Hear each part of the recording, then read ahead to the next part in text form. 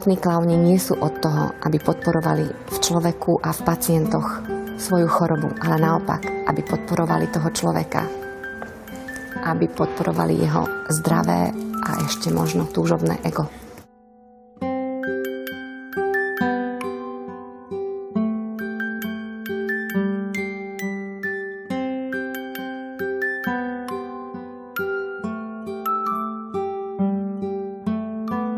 Čo je humor?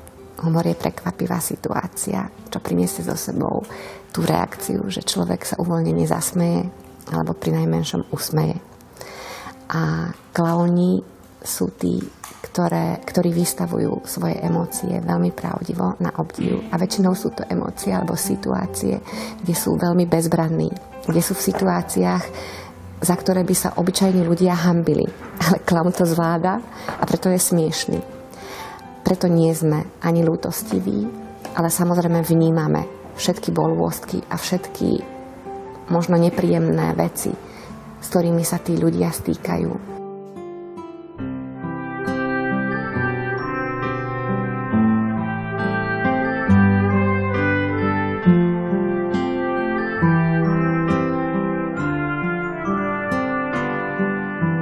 Môžeme sa trošku schovať za ten klauský nos, ako som povedala, že my sme tí, ktorí otvorene odkrývame naše veľmi pravdivé emócie, v ktorých sme veľmi vtipní a tým pádom tí ľudia, ktorí sú možno pre vás alebo pre spoločnosť v tých ľútostivých alebo bolestivých situáciách, zrazu majú nad nami navrch. Takže my ich nevnímame tak. My takí sme.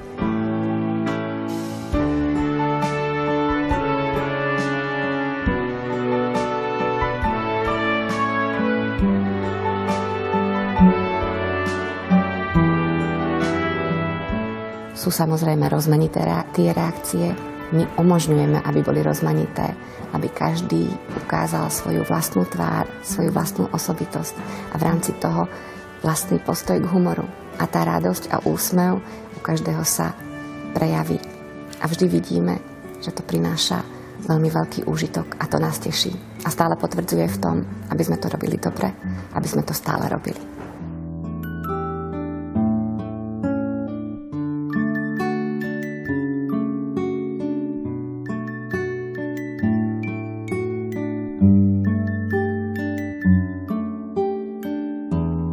thank you